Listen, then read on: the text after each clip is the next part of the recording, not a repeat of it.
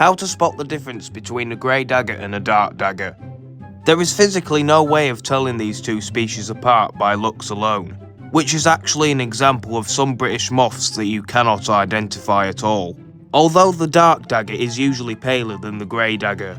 In fact, these two species are so similar that the way you would have to tell them apart is that they would have to be killed, dissected, and have their genitalia looked at under a microscope.